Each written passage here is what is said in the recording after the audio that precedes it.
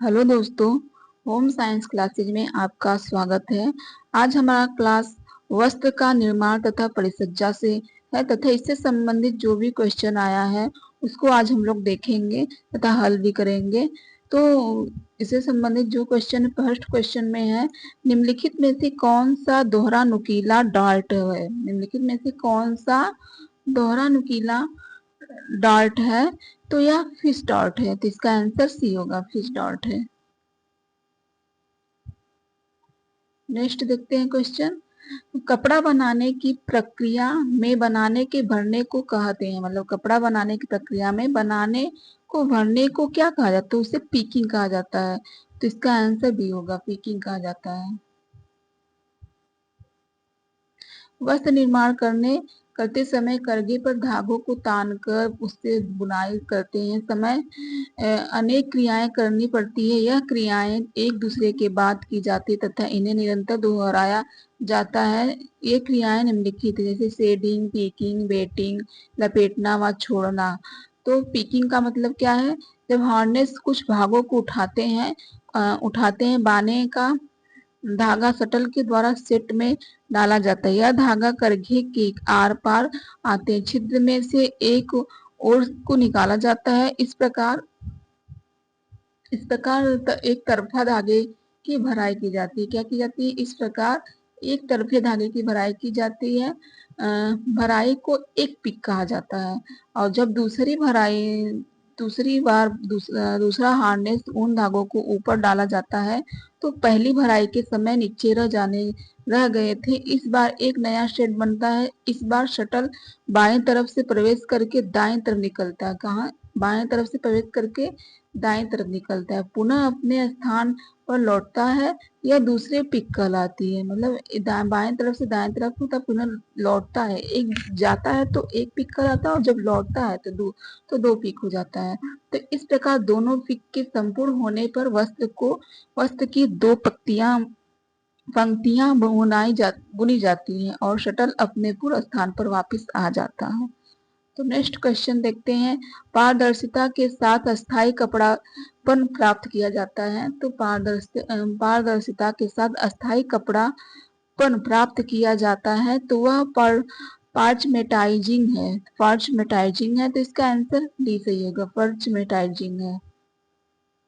पारदर्शिता के साथ अस्थायी कपड़ा पर्चमेटाइजिंग के प्राप्त किया जाता है। अस्थायी पर्चमेटाइजिंग से प्राप्त किया जाता है। अस्थायी कड़ेपन का प्रभाव रासायनिक प्रक्रिया द्वारा प्राप्त किया जाता है जो कि तंतु के कोशीय संरचना के परिवर्तन करते हैं। इस विधि द्वारा पतले और मध्यम वजन वाले सूती वस्त्र को कड़ापन दिया जाता है। तो नेक्स्ट क्वेश्चन देखते हैं। सजावटी कपड़ों के किनारे तैयार किए जाते हैं। तो सजावटी कपड़े के किनारे किसे तैयार किया जाता है? ब्रेड्स और लेंस की विधि द्वारा तैयार किया जाता है। तो इसका आंसर सी होगा, ब्रेड्स और लेंस की विधि द्वारा तैयार किया जाता है। नेक्स्ट क्वेश्चन है, इसके बारे में पढ़ते हैं। कपड़े की शोभा बढ़ाने के लिए ब्रेड्स तथा लेंस का प्रयोग करके कपड़े की सुंदरता बढ़ाई जा सकती है। अगर कपड़ा सादा है, उसमें सुंदरता आने के लिए उनके किनारों पर लेस लगाकर उसका शोभा बढ़ाया जा सकता है। इस तरह ब्रेड्स का प्रयोग करके कपड़े को आकर्षक बनाया जा सकता है। नेक्स्ट क्वेश्चन है, सूची 1 का सूची 2 में मिलान करना। क्या करना? सूची 1 का सूची 2 में मिलान। तो फर्स्ट में दिया गया, सूची में कपड़ा दिया गया और कपड़े का विवरण दिया गया है। तो मोटी सूती कपड़ा क्या है? मोटी सूती कपड़ा में रिवल प्रभाव वाले कटी पाइल का कपड़ा होता है। तो मोटी सूती जिसे कार्टुरोज कहा जाता है, मोटी सूती कपड़ा क्या कार्टुरोज कहा जाता है। तो इसका तीसरा होगा, रिवल प्रभाव वाले कटी पाई का कपड़ा होता है। और मलमल क्या है? मलमल जो है कि 40 काउंट तक के कंकन सूत से बना कपड़ा होता है। 40 काउंट वाले कंकन सूत से बना कपड़ा होता है। और जो है कि फेलेनल जो है, आउटिंग फेलेनल जो है कि साधारण या टिबिया विव एकमात्र सूत्र और एक या दोनों तरफ नेप से प्राप्त किया गया कपड़ा है। तो इसका दूसरा होगा। और वूस जिसे वाइल कहा जाता है, वूस जो है कि कंकन कंकत मध्य से कठोरता में मुड़ा हुआ एकमात्र सूत से बना कपड़ा होता है, तो इसका चौथा होगा। तो पहला पहला का तीसरा, तीसरा पहला, तीसरा पहला दूसरा चौथा। देखते तीसरा पहला दूसरा चौथा कौन कितने हैं, तो तीसरा पहला दूसरा चौथा, तो इसका आंसर सी सही होगा। सूत, फिर से मिलान को देखते हैं। मोटा सूती कपड़ा जिसे काल्टू रोज कहा जाता है, तो रिबन प्रभाव वाले कटी पायल का कपड़ा होता है। और मलमल जो है 40 काउंट तक के कंकण सूत से बना कपड़ा होता है। और काउंटिंग फेलेनल जो है कि साधारण या टीबिया विवेक मात्र, मतलब काउंटिंग फेलेनल जो है साधारण या टीबिया बीव एक मास सूत और एक या दो तरह नेप से समाप्त किया गया कपड़ा होता है, वुस जिसे वाइल कहा जाता है। कंकत मध्य से कठोरता से मुड़ा हुआ एक मास से बना कपड़ा होता है। नेक्स्ट क्वेश्चन है जैसे नीचे दो कथन दिए गए हैं जिसमें से एक अभिकथन एक व दूसरा तर्क आर कर रहा था। अभिकथन ए क्या कह रहा है कि कपड़े में परिष्करण के लिए भाप देना उपयोगी होता है, तो यह इसको देखते हैं और फिर हो सकते हैं। और आर क्या कर रहा है, यह उपयोगी है क्योंकि यह कपड़े के खड़े रुआओं के ढेर बना दबाने पर वह कपड़े के अपने वास्तविक रूप में आने में मदद करता है। तो दोनों इसका आंसर सही है और सही स्पष्टीकरण भी कर रहा है। तो ए और आर दोनों सत्य, तो इसका आंसर ए होगा।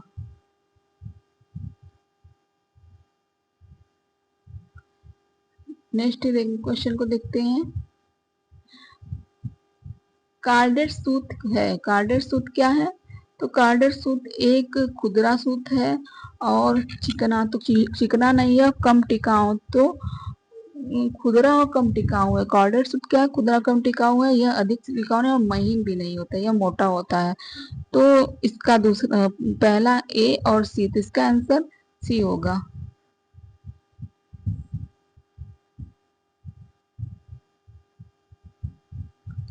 तो 26/1 काउंट सूट गणना का सूत्र क्या है, 26/1 काउंट सूट गणना सूत्र क्या है, तो यह डायमीटर होगा। तो इसका आंसर डायमीटर, 26 से 1/1 काउंट सूट डायमीटर होगा इसका। मशीन का वह भाग जो पर्याप्त मात्रा में धागा प्रदान करता है और लूप को कसता है वह है, तो वह क्या है, तो वह एक टेक अप लीवर होता है। मशीन का वह भाग जो पर्याप्त मात्रा में धागा प्रदान करता है और लूप को कसता है, तो वह टेक अप लीवर होता है। तो इसका आंसर सी होगा। संग्रहण प्रवाह सर्वोच्च होता है, तो संग्रहण प्रवाह सर्वोच्च होगा, तो यह मलमल और सिफॉन होता है, मलमल और सिफॉन होता है। तो इसका आंसर मलमल और शिफॉन होता है। तो इसका आंसर जो है कि ए और सी, तो इसका आंसर बी सही होगा।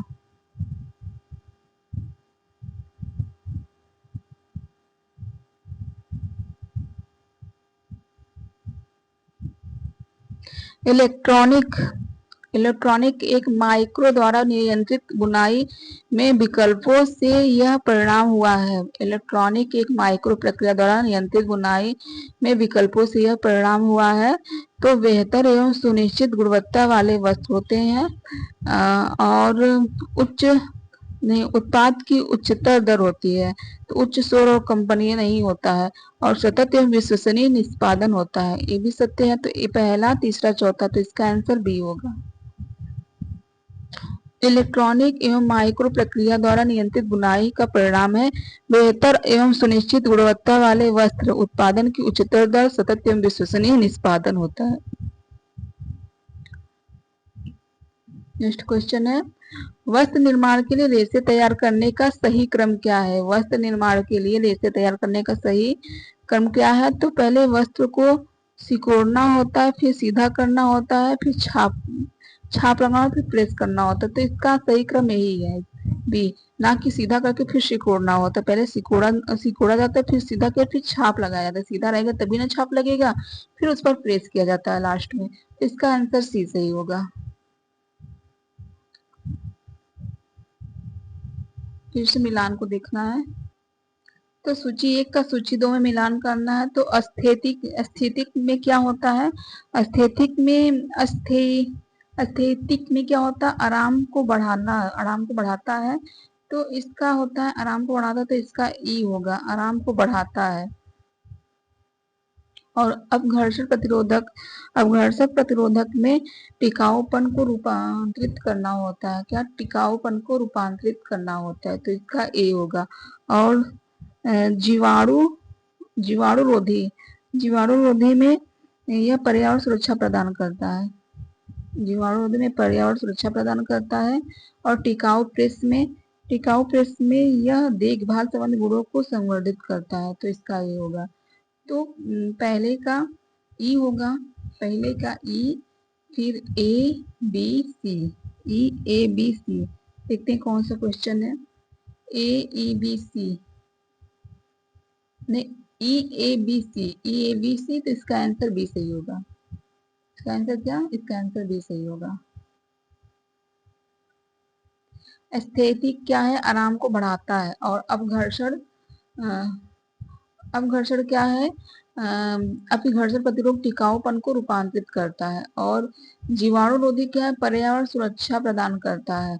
और टिकाऊ प्रेस क्या है? देखभाल संबंधित गुणों को संवर्धित करता है। नेक्स्ट क्वेश्चन है, तंतु में अनाकार भाग को अधिक मात्रा के कारण निम्नलिखित विशेषताएं पाई जाती है।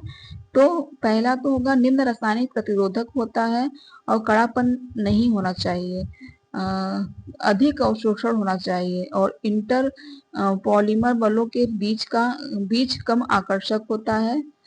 तो यह भी सत्य। दृढ़ आंतरिक बंधन होता है, तो यह गलत है, ये भी गलत है। तो पहला तीसरा चौथा, तो सही इसका आंसर डी सही होगा। निम्न रासायनिक प्रतिरोधक, अधिक अवशोषण, इंटरपॉलीमर बलों के बीच कम आकर्षण। इसको भी सूची 1 का सूची 2 में मिलान करना है। तो सूची 1 का सूची 2 में मिलान करना है। तो फर्स्ट में आएगा पर्चमेटाइजेशन। क्या आएगा? पर्चमेंटाइजेशन। तो वस्त्र विन्यास को परिवर्तित करना होता है। क्या? पर्चमेटाइजेशन में वस्त्र विज्ञान को परिवर्तित करना होता है। और फिर बिटलिंग में चमक के परिवर्तित करना होता है। बिटलिंग में चमक को परिवर्तित करना होता है, तो इसका पहला होगा। और बिटलिंग में चमक को परिवर्तित करना होता है। तथा इम्बोसिंग में संरचना को निर्मित किया जाता है। इम्बोसिंग में संरचना को निर्मित किया जाता है। तथा गिनिंग में रेशे की सतह को उठाना होता है। रेशे की सतह को उठाना होता है। तो इसका ए का चौथा, दूसरा, पहला, चौथा, तीसरा, तो इसका आंसर सी सही होगा। इसका आंसर सी सही होगा। पर्चमेंटाइजेशन होता है। पर्चमेंटाइजेशन में वस्त्र विज्ञान में परिवर्तन करना होता है। और विटलिंग में चमक में को परिवर्तित करना होता है। इम्बॉसिंग में संरचना को निर्मित करना होता है। और गिनिंग में रेशे की सतह को उठाना होता है। परिधानों की कटाई के लिए एक दसी कपड़ों का सही लेआउट क्या है? परिधानों में कटाई के लिए एक दिशी रेशियो का सही लेआउट क्या है? तो होगा, पहला तो लंबाई और मोड़ना होता है, फिर दोनों तरफ मोड़ना होता है, दोनों तरफ मोड़ना, फिर खुला खोला जाता है, आड़ा मोड़ा नहीं होता है। तो इसका आंसर बी होगा, दूसरा, तीसरा, चौथा होगा। नेक्स्ट क्वेश्चन है, सूची 1 का सूची 2 में मिलान करना है। सूची 1 का सूची 2 में मिलान करना है। तो पहले क्या? शक्कर होता है, सीयर शक्कर हो जाता है। सीयर शक्कर जो होता है छोटा मुलायम घना कट होता है। क्या होता है? छोटा मुलायम घना कट होता है, तो इसका चौथा होगा। और साटिन क्या है? साटिन सतह फंदे हैं, तो इसका यह होगा। साटिन सतह फंदे हैं। और टॉलिंग, टेरिटॉलिंग क्या है? टेरिटॉलिंग चिकना चमकदार मुख्य एवं मंद पिछला भाग है। मखमल पाइल, मखमल पाइल में सिकुड़ने या चिकन पड़ने का प्रभाव होता है। तो देखते हैं इसका आंसर कौन सा है। इसका आंसर डी सही होगा। इसका आंसर डी सही होगा। सीएस शक्कर जो होता है मोटा मोटा मुलायम घना कट होता है। सॉर्टिंग जो सतह पर फंदे। टेरिन जो टाइलिंग चिकना चमकदार मुख्य एवं मंद पिछला भाग होता है। मखमल जो मखमल पाइल में सिकुड़ने या सिकन पड़ने का प्रभाव होता है। बंधन का उपयोग किया जाता है। तो बंधन का उपयोग किसमें किया जाता है? कपड़ों पर मुहाने की सुरक्षित रखता है और हुक और आंखों पर। तो यह सभी प्रक्रिया है। इसका आंसर उपयुक्त सभी है। नेक्स्ट क्वेश्चन है, अभिकथन ए कह रहा है कि डेनिम कपड़े को बनाते समय दोनों ताने और बाने में आमतौर पर ओपन व रोटर धागे प्रयोग में लाए जाते हैं। और कारण आर क्या कर रहा है? कारण आर कर रहा है यह तरीका रूढ़िगत कटाई तरीकों से तीव्र है, वह श्रम कम करता है, लेकिन यह मोटे धागों के लिए सीमित है। तो ए और आर दोनों सत्य हैं। तो इसका आंसर बी सी सही होगा। डेनिम कपड़े को बनाते समय दोनों ताने और बाने में आमतौर पर ओपन व रोटर धागे प्रयोग में लाए जाते हैं, क्योंकि यह तरीका परंपरागत कटाई तरीके से शीघ्र है, वह श्रम कम लगता है, लेकिन यह मोटे धागों के लिए अनुपयुक्त है। नेक्स्ट क्वेश्चन है, वस्तुओं की प्रक्रियाओं को सही अनुक्रम में लगाना है। तो वस्तुओं की प्रक्रियाओं को सही अनुक्रम में लगाना है तो पहले क्या किया जाता है? पहले सिंजिंग किया जाता है। पहले सिंजिंग किया जाता है, फिर सिंजिंग किया जाता है, फिर डिसाइजिंग किया जाता है। डिसाइजिंग करने के बाद स्कोरिंग किया जाता है, फिर ब्लीचिंग किया जाता है, फिर लास्ट में मर्सराइजिंग किया जाता है। फिर ब्लीचिंग किया जाता है, फिर लास्ट मर्सराइजिंग। पहले सिंजिंग किया जाता है, ए होगा। पहले सिंजिंग किया जाता है, फिर डिसाइजिंग डी होगा। एडी किसमें? तो इस एडी बी में। तो इसका आंसर बी सही होगा।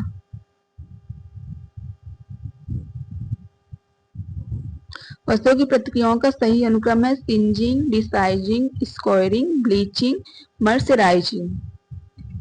नेक्स्ट क्वेश्चन है, उच्च गुणवत्ता वस्तुओं में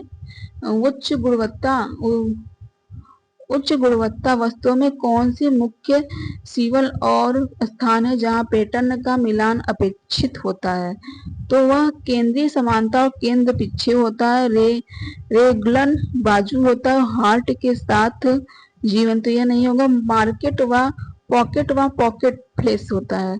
तो क्या उच्च गुणवत्ता वस्तुओं में कौन सी मुख्य सीवन और स्थान है जहां पैटर्न को मिलान अपेक्षित होता है? तो वही होता है केंद्रीय होता है, केंद्रीय समान केंद्र पीछे, रेगल बाजू और पॉकेट फ्लेक्स। तो इसका पहला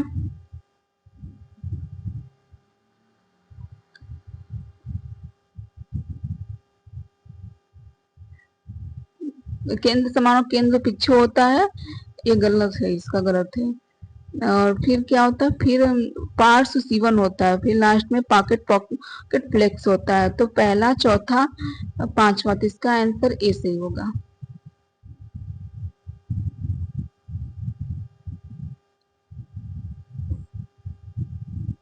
नेक्स्ट क्वेश्चन है, निम्नलिखित में से कपड़े को चमक प्रदान करने वाला परिसज्जा कौन सा है? तो निम्नलिखित में से कपड़े को चमक प्रदान करने वाला परिसज्जा सिरे हैं। तो इसका आंसर सी सही होगा, सिरे हैं। कपड़े को चमक प्रदान करने वाला परिसज्जा सिरे हैं।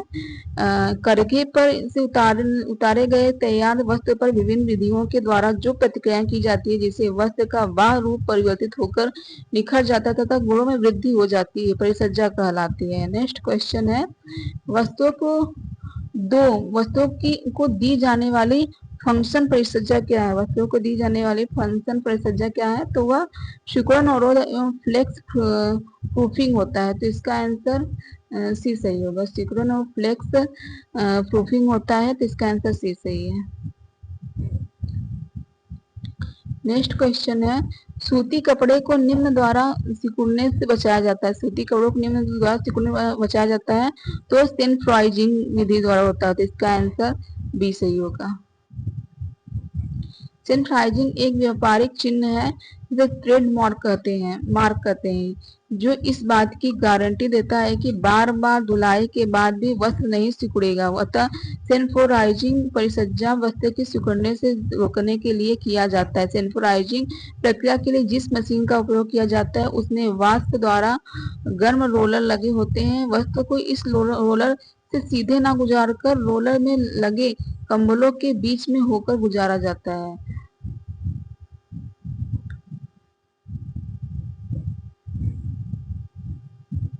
फिर होने के कारण गुजारा जाता है होने के कारण रोलर के बाद दबाव से त्वचा उतने ही खींचने अथवा दबाव की जितनी उसकी स्वाभाविक क्षमता होती। इस प्रकार वस्त्र बार बार की धुलाई के उपरांत भी नहीं सिकुड़ते हैं। नेक्स्ट क्वेश्चन है, सूती कपड़े की चमक, शक्ति एवं रगड़ने की योग्यता को बढ़ाने के लिए रासायनिक परिचर्या क्या है? तो सूती कपड़े की चमक, शक्ति व रंगने की योग्यता को बढ़ाने के लिए रासायनिक परिचर्या मर्सराइजिंग है। तो इसका आंसर डी सही होगा। सूती कपड़े की चमक, शक्ति व रंगने की योग्यता को बढ़ाने के लिए मर्सराइजिंग परिचर्या का प्रयोग किया जाता है। मर्सराइजेशन एक रासायनिक परिचर्या है। मर्सराइजेशन प्रक्रिया से रेशे फूल जाते हैं, वस्त्र लंबाई में सिकुड़ चौड़ाई में बढ़ जाते हैं, फलतः वस्त्र की मजबूती 20% तक बढ़ जाती है, वस्त्र संघन, चिकना एवं चमकदार हो जाता है, वस्त्र की जल अवशोषण क्षमता में वृद्धि हो जाती है, फलतः इस पर रंग सरलता से चढ़ते हैं व पक्के रहते हैं। वस्त्र उद्योग में कपड़ा उत्पाद का सही क्रम क्या है? वस्त्र उद्योग में कपड़ा उत्पाद का सही क्रम क्या है? तो पहले इसके क्रम में लगाना है तो पहले इसे कटिंग नहीं, पहले इसका उत्पादन पैटर्न बनाया जाता है। पहले क्या किया जाता है? पहले उत्पादन पैटर्न बनाया जाता है और फिर ग्रेडिंग दिया जाता है कि यह अच्छा है कि नहीं, ग्रेडिंग दिया जाता है और फिर गुणवत्ता नियंत्रण किया जाता है, गुणवत्ता को नियंत्रित किया जाता है तथा मार्कर बनाना होता है। क्या होता है? मार्कर बनाना होता है, फिर असेंबली करना होता है, फिर जो है कि कटिंग किया जाता है, लास्ट में कटिंग किया जाता है, फिर शेड्यूलिंग किया जाता है, लास्ट में शेड्यूलिंग किया जाता है। तो सातवां ये है। तो चौथा, पहले में चौथा किस में है? तो चौथा बी में है। तो इसका आंसर बी सही होगा। वस्त्र उद्योग में कपड़ा उत्पाद का सही क्रम क्या है? पहले उत्पाद पैटर्न किया जाता है, फिर गुणवत्ता नियंत्रित किया जाता है, फिर असेंबली किया जाता है, फिर शेड्यूलिंग किया जाता है, ग्रेडिंग नहीं, उत्पादन पैटर्न के गुणवत्ता नियंत्रित किया जाता है, असेंबली किया जाता है, शेड्यूलिंग किया जाता है, फिर ग्रेडिंग, मार्कर बनाना, फिर लास्ट में कटिंग।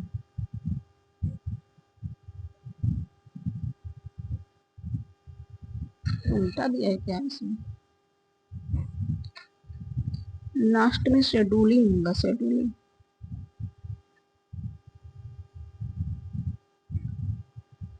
निम्न में से किस सूती वस्तुओं को स्टार्च नहीं किया जाता है? निम्न में से किस सूती वस्तु को स्टार्च नहीं किया जाता है? तो अंडरवियर को स्टार्च नहीं किया जाता है। तो इसका आंसर सी सकते हैं। एक अच्छा लेबल निम्नलिखित में से संबंधित जानकारी प्रदान करता है। तो एक अच्छा लेबल निम्नलिखित में से कौन सा संबंधित जानकारी देता है? तो यह कपड़े में तंतु का अंश होता है, परिसज्जा का प्रकार होता है, सफाई और धोने की विधि होती है। तो इसका सभी है, तो इसका आंसर डी सही होगा। अभिकथन ए और कारण आर क्या कर रहा है? अभिकथन ए और कारण आर क्या कर रहा है कि जल, उत्पाद और रसायनों की खपत को कम करने की परिचर्या पर ध्यान देना नवीन सोच है। और कारण आर कर रहा है वे गैर नवीनीकरण संसाधन है जिनका उपयोग वस्तुओं की परिचर्या के लिए किया जाता है। तो ए और आर दोनों सत्य है, तो इसका आंसर ए सही होगा। जल ऊर्जा रसायनों की खपत को कम करने वाली परिचर्या पर ध्यान देना नवीन सोच है, क्योंकि वे गैर नवीनीकरण संसाधन है जिनका उपयोग वस्तुओं की परिचर्या के लिए किया जाता है। नेक्स्ट क्वेश्चन है, वस्त्र परिचर्या माध्यमों में से कौन सा कई वस्तुओं को इकट्ठे परिष्कृत करने में उपयोग किया जाता है? तो वह टनल है, तो इसका आंसर टनल, तो इसका आंसर बी सही होगा। टनल का प्रयोग वस्त्र परिचर्या माध्यमों में वस्तुओं को इकट्ठे परिष्कृत करने में उपयोग किया जाता है। करघे पर से उतारे गैर तैयार वस्त्र विभिन्न विधियों के द्वारा जो क्रिया की जाती है जिसमें वस्त्र का बाहर रूप परिवर्तित होकर निखर जाता है, गुणों में वृद्धि हो जाती है, स्पर्श में चिकना कोमल मुलायम हो जाता है, देखने में सुंदर और आकर्षक लगता है, वस्त्र की कार्य क्षमता बढ़ जाती है, तो उसे परिचर्या कहते हैं। सूची 1 का सूची 2 में मिलान करना है, तो सूची 1 का सूची 2 में मिलान करना है। तो इसके मिलान को देखते हैं। सिंजिंग मतलब क्या होता है? सिंजिंग मतलब होता है कि तंतुओं के उभरे हुए किनारों को जलाना होता है। क्या करना होता है? तंतुओं के उभरे हुए किनारों को जलाना होता है। तो इसका 5वां होगा, ए का 5वां होगा, ए का 5वां मिल रहा है। फिर स्कॉरिंग, स्कॉरिंग मतलब क्या होता है? तो यह ऊन में से डिसाइजिंग उत्पादों को जैसे पैकेटिंग और मोम को निकालते हैं, तो इसका 3रा होगा। फिर टेटरिंग, टेटरिंग का मतलब है कि सीधे करने की यांत्रिक प्रक्रिया होता है, सीधे करने की यांत्रिक प्रक्रिया, तो इसका 4था होगा। और कैलेंडरिंग का मतलब है कि समतल सतह प्रदान करना, चिकना करना होता है, तो समतल सतह प्रदान करना, तो इसका 2रा होगा। तो पहले का 5वां, दूसरे का 4था, पहले का 5वां, दूसरे का 3रा, 5वां 3रा देखते हैं किसमें है, तो इसका आंसर 5वां 3रा, तो इसका आंसर डी सही होगा। क्या इसका आंसर डी सही होगा। सीजिंग का तंतुओं के उभरे हुए किनारों को जलाना होता है। स्क्वायरिंग में ऊन में से डिसाइजिंग उत्पादों को जैसे पैकेटिंग और मोम को निकालते हैं। और टेरिंग सीधा करने की यांत्रिक प्रक्रिया। और कैलेंडरिंग जो कपड़े की चमक बढ़ाता है। नेक्स्ट क्वेश्चन देखते हैं, आगे तो यह दूसरा चैप्टर है, कताई सूत निर्माण की परिचर्या समझते हैं। कताई सूत निर्माण रेशा जो है, तो इसका फर्स्ट क्वेश्चन है, कपास कताई की प्रणाली का सही क्रम क्या है? कपास कताई की प्रणाली का सही क्रम क्या है? तो इसको क्रम में करना है।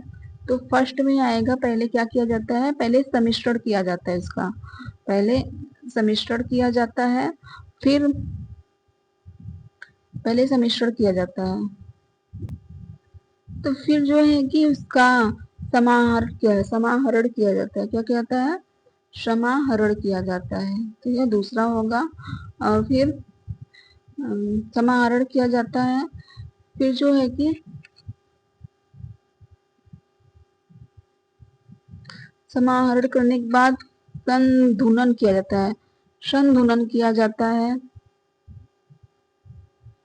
संधुलन किया जाता है, और फिर आरेखन किया जाता है, फिर आमोटन किया जाता है, फिर लास्ट में कताई किया जाता है। तो पहला सी जो है, पहले में सी एफ किसमें है? तो सी एफ डी में, तो इसका आंसर डी सही होगा। कताई वस्त्र उद्योग का आरंभिक और बहुत बड़ा प्रक्रम है। कपास आदि रेशों के अन्य कृत्रिम रेशों को ऐंठ कर सूत बनाने की क्रिया को कताई कहते हैं। पहले यह कार्य हाथ से किया जाता था, किंतु आजकल अधिकांश कताई स्वचालित मशीनों से की जाती है। कताई समांतर 2 प्रकार से संपन्न की जाती है, एक यांत्रिक कताई, दूसरा रासायनिक कताई या यांत्रिक कताई में ये 2 प्रकार की होती है। परंपरागत विधि द्वारा कताई भी 2 प्रकार से की जाती है। प्रथम तकली व दूसरी चरखा द्वारा किया जाता है। कपास कटाई की प्रणाली का सही क्रम क्या है? तो पहले सम्मिश्रण किया जाता है, इसका मिश्रण किया जाता है, फिर समाहरण किया जाता है, फिर संधुनन किया जाता है, फिर आरेखन, फिर मोटर, फिर लास्ट में कटाई किया जाता है। लंबे रेशे को क्या कहा जाता है? लंबे रेशे को फिलामेंट कहा जाता है, तो इसका आंसर सी होगा सकते हैं। और छोटे रेशे को स्पंज कहा जाता है। रेशे का वर्गीकरण दो प्रकार से किया जाता है, पहला लंबाई के आधार पर, दूसरा स्रोतों के आधार पर होता है। तो लंबाई के आधार पर फिलामेंट होता है, स्टेपल होता है। फिलामेंट रेशे मीटर या डेनियर में मापा जाता है, और रेशम और सेमी सभी कृत्रिम रेशे फिलामेंट रेशे को कहते हैं, अर्थात विकल्प सी सत्य है। रेशम और सभी कृत्रिम रेशे को फिलामेंट। किसी भी टेक्सटाइल सामग्री को सबसे छोटी इकाई क्या है? तो सबसे छोटी इकाई तंतु है, तो इसका आंसर सी सही है। सबसे छोटी इकाई तंतु है, इसे फाइबर्स कहते हैं। तो रेशे या तंतु या वस्त्र निर्माण की मूलभूत सबसे छोटी इकाई, इसके बिना वस्त्र निर्माण संभव नहीं है। प्रकृति में अनेक प्रकार के रेशे विद्यमान है, परंतु सभी रेशों से वस्त्र निर्माण का कार्य संभव नहीं, क्योंकि सभी रेशे वे सारे गुण उपस्थित नहीं होते जो वस्त्र निर्माण के लिए आवश्यक, अर्थात विकल्प सी सत्य है। नेक्स्ट क्वेश्चन है, मलमल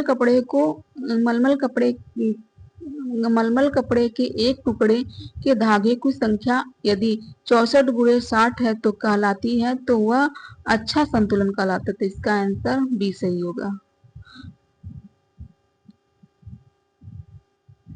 नेक्स्ट क्वेश्चन है, धागे का वजन प्रति इकाई लंबाई अथवा लंबाई प्रति इकाई वजन दर्शाता है, तो धागे की संख्या दर्शाता है, तो इसका आंसर ए सही होगा। धागे की तैयार करने हेतु जिस कच्ची सामग्री अथवा रेशा का प्रयोग किया जाता है, उन कच्ची सामग्री तथा तैयार धागे की लंबाई वजन में एक निश्चित संबंधित होता है। इन्हीं संबंधों के आधार पर धागे की लंबाई, मोटाई, व्यास, बारीकी आदि मुलायम की जाती है। इसके लिए धागों को अंकों को द्वारा मापा जाता है, जिसे ही संकुचन अंक कहते हैं, जिसे काउंट यार्न कहा जाता है। इन्हीं सूचक अंगों के आधार पर धागों की मोटाई और आकार अनुपात अनुमान लगाया जाता है। साथ ही साथ धागे की कोमलता, बारीकी, चिकनापन अथवा खुरदरापन का ज्ञान होता है, विकल्प ए सही है। लंबाई के धागे या ताने जो कि किनारे को समानांतर करती है, तो वह क्या है? जो किनारों को समानांतर करती है तो वह ऑन ग्रेन है, तो इसका आंसर ए सही होगा, ऑन ग्रेन। लंबाई के धागे या ताना जो कि किनारे के समानांतर होते हैं, इन्हें ऑन ग्रेन कहते हैं। यदि कपड़े सेल्वेज के साथ है तो इसका मतलब है कि ऑन ग्रेन। अगर फोल्ड पर कुछ झुर्रियां नजर आती है तो इसका मतलब यह होगा कि फ्रेविंग और ऑफ ग्रेन है। कुछ झुर्रियां नजर आती है तो इसका मतलब है कि फ्रेविंग ऑफ ग्रेन है। तंतु की आपस में जुड़ने की विशेषता क्या कहलाती है? तंतु की आपस में जुड़ने की विशेषता क्या कहलाती है? परस्पर सटने की क्षमता कहलाती है। क्या कहलाती है? परस्पर सटने की क्षमता कहलाती है, तो इसका आंसर बी सत्य होगा। तंतु की आपस में जुड़ने की विशेषता परस्पर सटने की क्षमता कहलाती है। बंधन क्षमता या आपस में सटने की क्षमता रेशों के आपस में सटने की विलक्षण एवं अद्भुत गुण की बंध क्षमता, जिसे स्पिनेबिलिटी कहते हैं। तो कपास के तंतु जबकि लंबाई में अच्छी और छोटे, इनमें कुछ रेशों की लंबाई भी आधी इंच से भी कम होती है। साथ ही उनमें लचीलापन, प्रतिस्पंदता एवं प्रतिष्ठा जैसे गुणों का भी अभाव रहता है, परंतु इनके रेशों में आपस सटने की विलक्षण गुण विद्यमान रहता है। तो सूची सम्मिलित कीजिए, एक ए और साधारण धागे में दो से अधिक रंगीन धागों की गूंथना, तो यह नहीं, एक ही धागे गूंथा जाता है। कोई एक समान धागे को, तो इसका तीसरा होगा। पहले का तीसरा जो है ए में है, तो इसका आंसर ए सत्य है। पहले का तीसरा ए में है, तो इसका आंसर ए सत्य होगा। फिर से मिलान को पूरा देखते हैं। साधारण धागा एक समान धागा होता है और ब्रेडेड धागा जो होता है, ब्रेडेड धागा होता है 3 या 3 से अधिक धागे गूंथना होता है। और टेक्सचर धागा जो होता है, टेक्सचर धागा क्या होता है, कोयल टाइप, कर्ल टाइप होता है। और ग्रेंडल धागा जो होता है, ग्रेंडल धागा में 2 से अधिक रंगीन धागों को गूंथना होता है।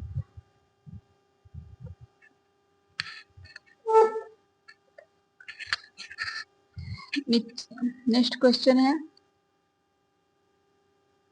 नीचे दिए कूट में सही का उत्तर चुनिए। नीचे दिए कूट में सही का उत्तर चुनना है। तो पहला है म्यूल फ्रेम की तुलना रिंग फ्रेम द्वारा और मोटा धागा तैयार किया जाता है।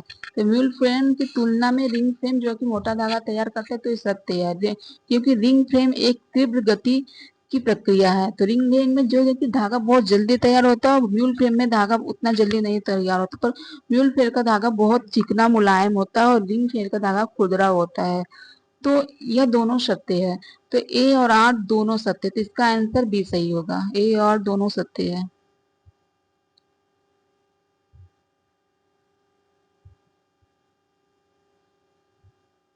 नेक्स्ट क्वेश्चन पूछ रहा है कि एक खुदरे मोटे धागे की संख्या होगी, एक खुदरे मोटे धागे की संख्या क्या होगी, 10 से 20 होगी। तो इसका आंसर बी सत्य होगा। निम्न नॉवेल्टी यार्न नहीं है, निम्न में से नॉवेल्टी यार्न नहीं है। तो लूप, ब्रेंडल, नॉट, ये सब नॉवेल्टी यार्न है। और मल्टीपल प्लाई, तो यह नॉवेल्टी यार्न नहीं। तो इसका आंसर डी सत्य है।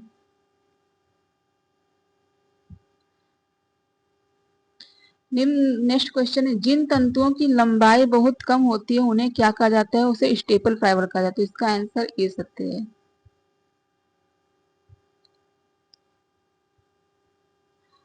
धागा तैयार करने की धागा तैयार करने की घूर्णन संसाधन कपड़े में हवा का स्थान है। धागा तैयार करने के लिए घूर्णन संसाधन कपड़े में हवा का स्थान रिपलिंग नहीं करने के कारण हो सकता है। तो इसका आंसर डी होगा। धागे की फिसलन में निम्नलिखित में से कौन सा कारक योगदान करता है। तो धागे की चिकनाई, ढीली बुनाई, संरचना और खराब समाप्ति, तो ये सभी धागे की फिसलन में का योगदान करते हैं। तो ये उपयोग सभी, तो इसका आंसर डी सत्य होगा। धागे की फिसलन निम्नलिखित कारणों से तैयार योगदान करते हैं। धागे की चिकनाई, ढीली बुनाई, संरचना, खराब समाप्ति। तो कौन सा प्रतिक्रिया पूछ रहा है कि कौन सा प्रतिक्रिया से सूत के रेशे को सूत के बीज से अलग किया जाता है। तो गिनिंग प्रक्रिया में, इसका आंसर ए सत्य होगा। गिनिंग प्रक्रिया में सूत के रेशे को सूत के बीज से अलग किया जाता है।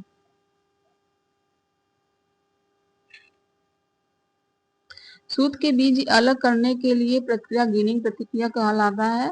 क्या कहलाता है, गिनिंग प्रतिक्रिया कहलाता है। कपास के कोये के बीज व रेशे दोनों की उपस्थिति होते हैं, अतः इन्हें ओटा जाता है। ओटने के कार्य को हाथ अथवा गिनिंग मशीन के द्वारा इस प्रक्रिया से रेशे उपस्थित धुलकर पट्टियां, लकड़ी, छिलके आदि, बीज आदि अलग कर दिए जाते हैं। कंघी करते समय छोटे तंतुओं को हटाने हेतु की गई प्रक्रिया क्या कहलाती है, हेकलिंग, सन सॉफ्ट सूट कहलाते हैं। तो इसका आंसर सी सही होगा। रेशम के रेशम के ऊन के आधार पर ग्रेडिंग दी जाती है। रेशम के खाली स्थान जो है उनके आधार पर ग्रेडिंग दी जाती है, तो लंबाई के आधार पर। तो इसका आंसर बी होगा। सूची 1 का सूची 2 में मिलान नहीं, अभिकथन ए और कारण आर बताना है कौन सा सत्य है। तंतु जिनमें अधिक मात्रा में अनियमित क्षेत्र होते हैं उनके चुनट वाले की संभावना बहुत अधिक होती है। तो यह अंतर आपणविक बंधन शक्ति में के ना होने के कारण होता है। किसके बंधन शक्ति, तो इसमें ए और आर दोनों सत्य हैं। तो इसका आंसर ए होगा। ए और आर दोनों सत्य, तो इसका आंसर ए सत्य होगा। फिर से पढ़ लेते हैं। तंतु जिनमें अधिक मात्रा में अनियमित क्षेत्र होते हैं उनमें घुनट चुनट आने की संभावना बहुत अधिक होती है, क्योंकि अंतर आणविक बंधन शक्ति न होने के कारण होता है। निम्नलिखित में से कौन सा धागा नूतन धागा कहलाता है। इसमें से कौन सा धागा नूतन धागा कहलाता है। तो पहला रेटिंग धागा कहलाता है, नूतन धागा, और श्लभ धागा जिसे ग्रंथि सूतक कहा जाता है, और लास्ट में जो है कि वोकल कहलाता है। यह नूतन धागा कहलाता है। केबल और डोरी कार्ड यह एक साधारण धागा है। तो इसका आंसर सी सही होगा। नूतन धागा, रेटिंग, स्लभ, वोकल। नेक्स्ट क्वेश्चन है, किनके किन किनसे टेक्सचरल जेमिंग पक्कर को रोक दिया जाता है? किनसे टेक्सचरल जेमिंग पक्कर को रोक दिया जाता है? तो वह जो है कि चैन टाके के प्रयोग से रोका जाता है, और मोटे धागे के प्रयोग से तथा नहीं, मोटे धागे के प्रयोग से नहीं, चैन टाकने के प्रयोग से तथा पतले धागे के प्रयोग से, और पतले धागे के प्रयोग से, फिर सीवल की पक्का करने से, पतले धागे के प्रयोग से, फिर सीवल की पक्का करने से रोका जाता है। तो इसका आंसर बी सत्य होगा। टेक्सचर पे जेमिंग पकड़ को रोका जा सकता है तो चैन टाके के प्रयोग से, पतले धागे के प्रयोग से, सीवल को पक्का करने से। तो पारंपरिक रिंग कताई की क्रिया का सही अनुक्रम क्या है?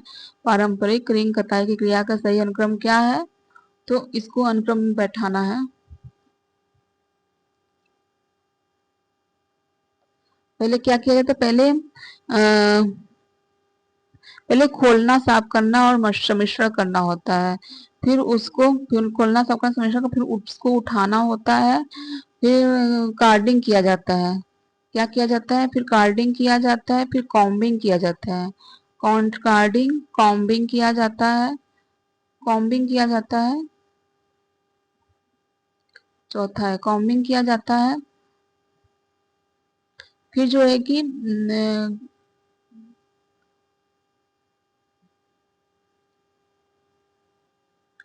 फिर जो है कि ड्राइंग और ड्राफ्टिंग किया जाता है। क्या? ड्राइंग और ड्राफ्टिंग किया जाता है। फिर लास्ट में नहीं, ड्राइंग और ड्राफ्टिंग किया जाता है, फिर रोविंग किया जाता है, घुमाया जाता है उसको, रोइंग किया जाता है, फिर लास्ट में कताई की जाती है, फिर परिसज्जा किया जाता है। तो सातवां होगा। तो पहला सी सी ये जो है कि सी में है, तो इसका आंसर सी सत्य होगा। पारंपरिक रिंग कताई की क्रिया का सही अनुक्रम है खोलना, साफ करना, सम्मिश्रण करना होता है, उठाने से पिकिंग कहा जाता है, फिर कॉर्डिंग किया जाता है, फिर कंघी किया जाता है, फिर ड्राइंग और ड्राफ्टिंग किया जाता है, फिर रोविंग, फिर कताई किया जाता है। नेक्स्ट क्वेश्चन है, निम्नलिखित टाकों की श्रेणियों में से कौन सा सीढ़ी लॉक टाका कहलाता है? कौन सा लॉक टाका कहलाता है? तो 300। तो इसका आंसर सी सही होगा। 300 श्रेणी लॉक टाका कहलाता है। टाकों की श्रेणियों में 300 श्रेणी लॉक टाका दर्शाती है। लॉक टाका एक प्रकार का सबसे साधारण यांत्रिक टाका का उदाहरण है जो कि सिलाई मशीन के द्वारा तैयार किया जाता है। महिला एवं पुरुष परिधानों में वेस्टिंग संचालन के लिए परिधान उद्योग में आमतौर पर निम्नलिखित में से कौन से टाके का वर्णन प्रयोग किया जाता है? तो वर्ग 100 होगा। इसका आंसर ए सत्य होगा। टेक्सचर फिलामेंट यान बनाने के निम्नलिखित में से किस विधि में थर्मोप्लास्टिक के गुणों की आवश्यकता नहीं पड़ती है? तो इस विधि में थर्मोप्लास्टिक गुणों की आवश्यकता नहीं पड़ती है, तो एयर जेट में नहीं पड़ती है। तो इसका आंसर ये सही होगा, एयर जेट में नहीं पड़ती है।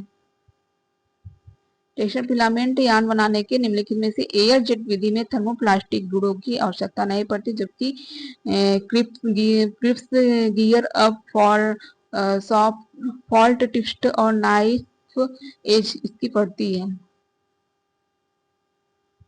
तो एक्रिलिक, नेक्स्ट क्वेश्चन है, एक्रिलिक रेशा बनाने का सही क्रम दीजिए। एक्रिलिक रेशा बनाने का सही क्रम क्या है?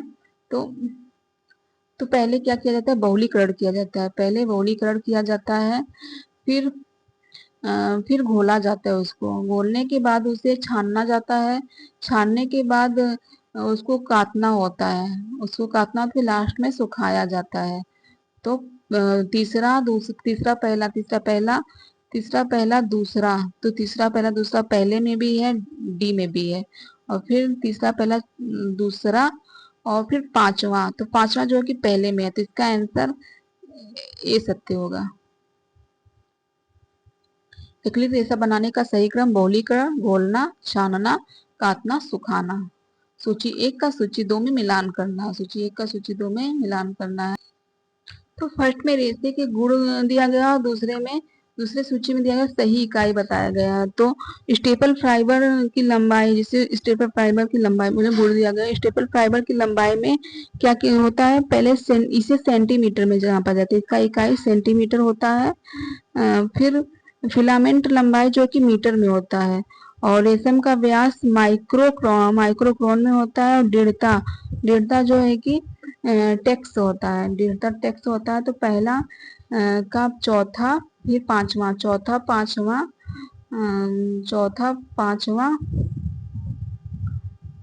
नहीं, चौथा तीसरा पांचवा, देखते हैं कौन सा आंसर सही है। तो इसका आंसर सी होगा, चौथा तीसरा पांचवा दूसरा, तो इसका आंसर सी सही होगा।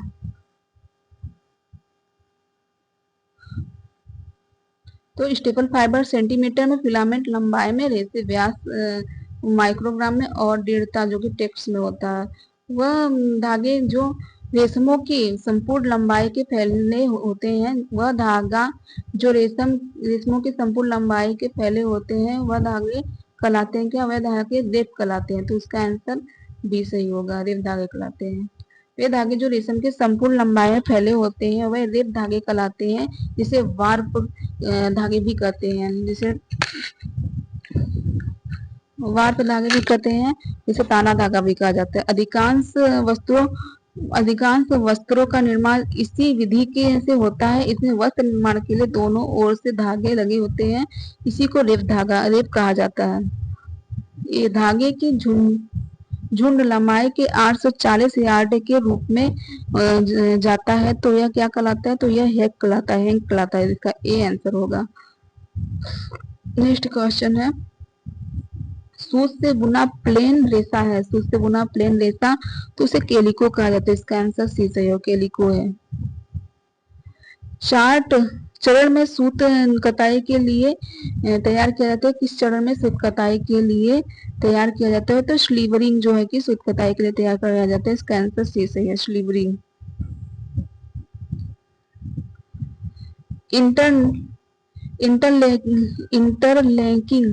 इंटरलॉकिंग धागों के तानों बानों की अपनाए गए प्रणाली या डिस्चार्ज के अनुसार के नाम रखा जाता है। तो यह किसका नाम रखा जाता है, यह बुनाई के नाम रखा जाता है। तो इसका आंसर डी सही होगा।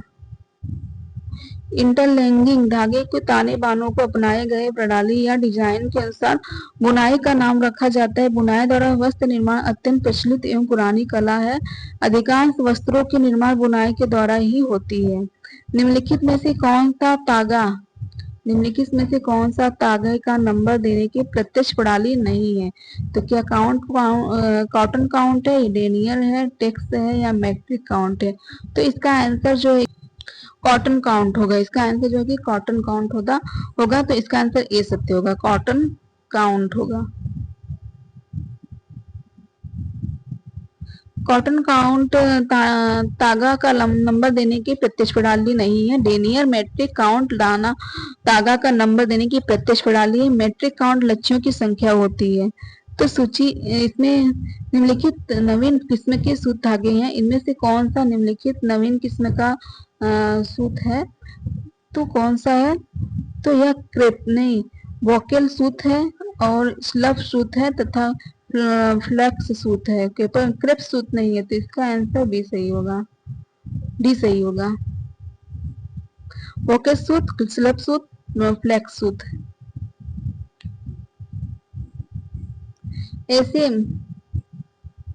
ऐसे वस्त्र जिनके तंतुओं में रंग चढ़ाने की बंधुता भिन्न है, उन्हें एक ठोस रंग से एकर रंग के भिन्न टब में रंगना संभव है। ऐसे रंगों को जिनमें विभिन्न प्रकार के तंतु के लिए बंधुता हो, उन्हें एक ठोस रंग बनाने के लिए प्रयुक्त किया जाता है। तो ए और आर दोनों सत्य, तो इसका आंसर सी सत्य होगा।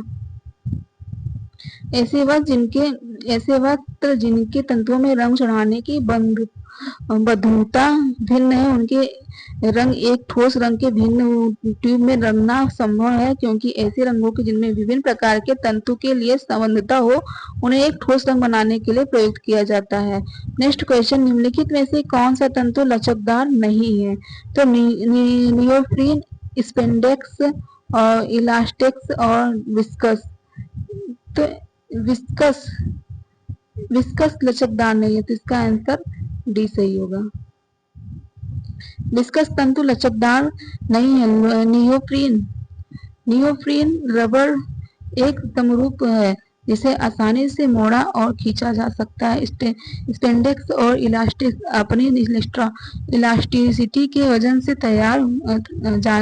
वजन से जाने जाते हैं। निम्नलिखित धागों के बंडलों में कौन सा बंडल केंद्र रहित तथा फिल्टिंग और कढ़ाई की मशीन का प्रयोग किया जाता है? तो यह कोकून होता है। इसका आंसर ये सत्य होगा।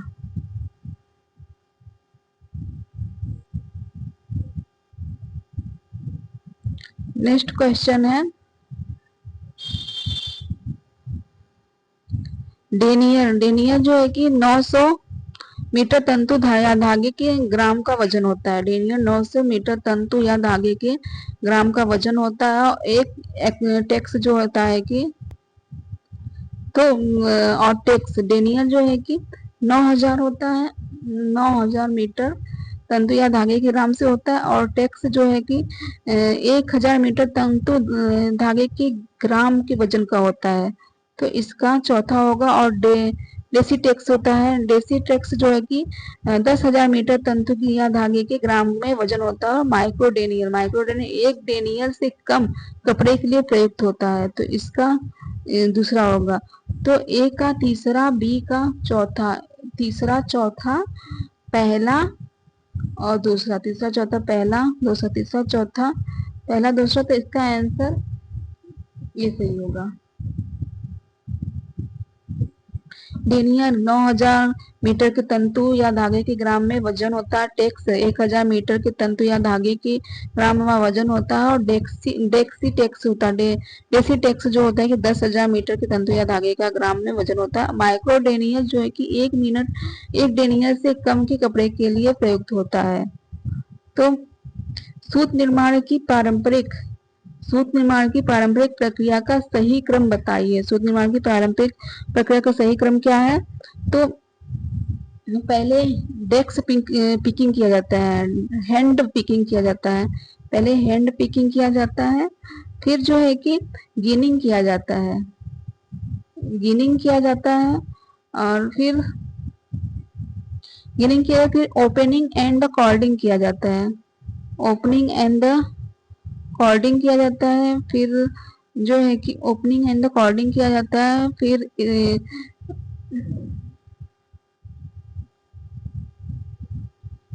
पहले हैंड पिकिंग किया जाता है, फिर जो है कि गिनिंग किया जाता है।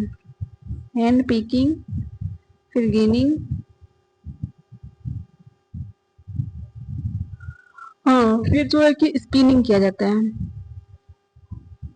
फिर स्पिनिंग के लास्ट में वीविंग किया जाता है। तो इसका आंसर जो है कि पहला सही होगा, ये सत्य होगा। Head picking, ginning, opening and cording, spinning, weaving होता है। निम्नलिखित सूची 1 का सूची 2 मिलाकर साधारण पॉलीमर जो होता है, साधारण पॉलीमर, तो साधारण पॉलीमर जो है कि साधारण पॉलीमर विस्कस रेयान होता है। साधारण पॉलीमर विस्कस रेयान होता है। आर्द्र स्पिनिंग कताई जो है कि कॉटन सेलुलोज होता है। शुष्क स्पिनिंग जो है कि एपिटल फाइबर होता है। और गीलिंग स्पन जो है कि पॉलिस्टर होता है। तो इसका आंसर एक का पहला, पांचवा, चौथा, दूसरा। पहला, पांचवा, चौथा, दूसरा में कौन सा होगा? पहला, पांचवा, चौथा, पहला, पांचवा, चौथा, दूसरा। तो इसका आंसर बी सत्य होगा। फिर से देखते हैं। साधारण पॉलीमर जो है कि विस्कस रेयान से संबंधित है, और आर्द्र विस्कस रेयान से संबंधित है, और आर्द्र स्पिनिंग कताई जो कि कॉटन सेल्लो से संबंधित है। शुष्क स्पिनिंग कताई जो कि एसीटर फाइबर से, और गलित स्पंज जो कि पॉलिस्टर से होता है। नेक्स्ट क्वेश्चन है, बनावटी टेक्सचर बनावटी टेक्सटाइल जैसे होते हैं, तो बनावटी टेक्सटाइल जैसे अधिक टिकाऊ और चिकना होता है, तो इसका आंसर सी सही होगा। नेक्स्ट क्वेश्चन है, कपड़े की सेल्वेडस किनारे या वस्त्र होते हैं, वस्त्र की लंबाई के साथ समरेखा में चलना चाहिए। कपड़े की लंबाई के साथ समरेखा में चलना चाहिए, तो इसका आंसर बी सही होगा। कई प्रकार के वस्त्रों में चौड़ाई की तरह दोनों सिरों पर 1.52 सेमी से 2.00 सेमी तक चौड़ाई की किनारी रखी होती है। इसी को सेल्वेजर कहते हैं। सेल्वेजर का मुख्य काम वस्त्र को स्थिरता एवं मजबूत प्रदान करना है। इनमें से किस पर फफूंद व कीड़ों का सबसे कम असर होता है, तो वेजिटेबल रेसे इस पर होता है, और जंतु रेसे पे भी होता है, और रीजनरेटेड रेसे जो कि ये भी समय से नहीं बना होता है, और सिंथेटिक रेसा इस पर नहीं होता। इसका आंसर डी सही होगा। क्रॉस लिंकेज व साइड चेन अधिकांशतः पाई जाती है। क्रॉस लिंकेज और साइड चेन अधिकांश किसमें पाई जाती है, तो प्रोटीन रेसे में पाई जाती है, तो इसका आंसर सी सही होगा। यह कपड़ा सीधे तंतुओं से बनाया जाता है, तो कौन सा कपड़ा सीधे तंतुओं से बनाया जाता है, तो ब्रांडेड कपड़ा या फेल्ट कपड़ा या लेम्पिनेट कपड़ा या टेक्सटाइल कपड़ा, तो फेल्ट कपड़ा सीधे तंतुओं से बनाया जाता है, तो इसका आंसर डी सही होगा। फेल्ट कपड़ा को नमदा भी कहा जाता है। नमी, ताप एवं दबाव द्वारा ऊनी रेशों को आपस में उलझाकर जमाना ही फिल्टिंग कहलाता है। इसमें वस्त्रों की बुनाई नहीं होती है। एग्जाम्पल में कंबल, दरी, कालीन, स्वेटर, मोजे आदि होते हैं। ये सभी फेल्टिंग द्वारा नमदा के द्वारा बनाया जाता है। नेक्स्ट क्वेश्चन है, आयरलॉन के निर्माण में उपयोग निम्नलिखित में से कौन सा है। आयरलॉन के निर्माण के उपयोग में निम्नलिखित में से कौन सा है, तो यह एक्रिलोनाइट्राइल होगा। इसका आंसर सी सही होगा, एक्रिलोनाइट्राइल होगा। आयरलॉन एक एक्रिलिक रेशा है। आयरलॉन एक क्या है, एक एक्रिलिक रेशा है। यह भी एक संश्लेषित पॉलीमर रेशा है जो एक काफी जटिल रासायनिक प्रक्रिया के फलस्वरूप बनता है, और इसका आविष्कार सन 1948 ईस्वी में हुआ था। इसमें 85% एक्रिलोनाइट्रिक होता है। इसका आविष्कार कब हुआ था, 1948 ईस्वी में हुआ था, और इसमें 85% एक्रिलोनाइट्रिक्स होता है। इसका आणविक संरचना में पॉलीमर की लंबाई की श्रृंखला होती है। एसीटेट वस्त्र के तंतुओं का निर्माण होता है, तो एसीटेट वस्त्र के तंतुओं का निर्माण सूखी कताई से होता है, और रेयान का भी निर्माण सूखी कताई से होता है, तो इसका आंसर बी सत्य होगा। नेक्स्ट क्वेश्चन है, करघे के हार्नेस द्वारा ताने के धागे को ऊपर उठाने की प्रक्रिया जिसमें शटल के नीचे गुजर सके कहलाता है, तो वह शेडिंग होता है, तो इसका आंसर ए सही होगा, शेडिंग होता है। शेडिंग बुनाई की इस प्रक्रिया में हार्नेस ताने के उस धागे के ऊपर उठाता है जिसके नीचे वस्त्र गुजरता है। ताने के धागे को उठाने से एक शेप बन जाता है। इसमें बाने के धागा शटल द्वारा दाहिनी तरफ से बाएं तरफ डाला जाता है। धागे को सेल्वेज समकक्ष रखे जाते हैं, उन्हें कहा जाता है, तो उन्हें बाना कहा जाता है, तो इसका आंसर बी सही होगा। सॉरी, उसे ताना कहा जाता है। धागे जो सेल्वेज के समकक्ष रखे जाते हैं, तो उन्हें क्या कहा जाता है, उन्हें ताना कहा जाता है, तो इसका आंसर ए सत्य होगा। निम्नलिखित में से कौन सी वस्त्र निर्माण की विधि नहीं है। निम्नलिखित में से कौन सी वस्त्र निर्माण की विधि नहीं है, तो सलाई से बुनाई, तो यह निर्माण की विधि है। ड्राफ्टिंग, कताई, ये भी विधि है। बुनाई, सलाई से बुनाई वस्त्र निर्माण की विधि नहीं है, बुनाई, तो यह इसका आंसर सी सही होगा। और ड्राफ्टिंग, कताई, यह वस्त्र निर्माण की विधि में है। समांतर वस्त्र निर्माण की विधि का आशय कपड़ा तैयार करने की विधि से होता है। वस्त्र निर्माण के दौरान निम्नलिखित प्रक्रियाओं को अपनाया जाता है। पहले सलाई और बुनाई, फिर ड्राफ्टिंग, कढ़ाई, फिर तुरपाई, फिर रफू, फिर प्रेस किया जाता है और बुनाई नहीं की जाती, बिनाई नहीं किया जाता है। कॉर्डिंग के द्वारा रेशों में धागा बनाया जाता है, रेशों को नट्टर बांधा जाता है, या रेशों को सुलझाया जाता है, या रेशों को साफ किया जाता है। तो इसका आंसर डी होगा, रेशों को साफ किया जाता है। तो इसका आंसर डी सही होगा। कॉर्डिंग के द्वारा रेशों को साफ किया जाता है, इसे धुलने वाली मशीन से भी कहते हैं। इस मशीन को सहायता से रेशे से धूल, मिट्टी व माड़ को निकालकर साफ किया जाता है। भराई में सूत उतारता, भराई जिसे फिल्टिंग कहा जाता है। सूत उतारता है, आवरण जिसे सूत के ऊपर इसमें इसे क्या कहते हैं, इसे सादी बुनाई कहा जाता है। इसका आंसर ए सही होगा, सादी बुनाई कहा जाता है। सादी बुनाई, भराई में सूत आवरण सूत के ऊपर उतारा जाता है। सादी बुनाई के रिब बुनाई या मेट बुनाई, बास्केट बुनाई तथा ट्यूल बुनाई भी कहा जाता है। यह अन्य बुनाइयों की अपेक्षा कठोर तथा मजबूत होता है। कैब्रिंग, नेक्स्ट क्वेश्चन है, कैब्रिंग एक फिनिश है इसके लिए, कैब्रिंग एक फिनिश है किसके लिए, तो यह सिल्क के लिए। तो इसका आंसर बी सही होगा। निम्न में से प्राकृतिक रेशों में कौन सा तंतु प्राप्त किया जाता है? निम्न में से प्राकृतिक रेशे में कौन सा तंतु प्राप्त किया जाता है? तो सूत होता है, और नायलॉन, पॉलिस्टर ये सिंथेटिक रेशे में प्राप्त किया जाता है। इसका आंसर बी सही होगा। प्राकृतिक तंतु का प्राप्त किया जाता है वानस्पतिक जन्य प्राकृतिक वस्तुपयोगी तंतुओं से सर्वाधिक प्रचलित है एवं लोकप्रिय तंतु कपास है। कपास के तंतु में से निर्मित वस्तुओं को सूत वस्त्र कहा जाता है। नायलॉन के तंतु रासायनिक विधि द्वारा तैयार किया जाता है। भार प्रति इकाई, लंबाई प्रति इकाई भार इंगित करता है। भार प्रति इकाई, लंबाई प्रति इकाई भार इंगित करता है, तो यह धागे की संख्या बताता है। तो इसका आंसर ए सही होगा। कपड़े की लंबाई चौड़ाई की वांछित दशा में लाने के लिए वस्त्रों पर की जाने वाली परिसज्जा कहलाती है। तो यह टेंटरिंग कहलाती है। तो इसका आंसर सी होगा। कपड़ों की लंबाई व चौड़ाई को वांछित दशा में लाने के लिए वस्तुओं की जाने वाली परिसज्जा टेंटरिंग कहलाती है। यह परिसज्जा वस्त्र के आकार प्रदान को सही करने के लिए अपनाई जाती है। यह एक यांत्रिक परिसज्जा है।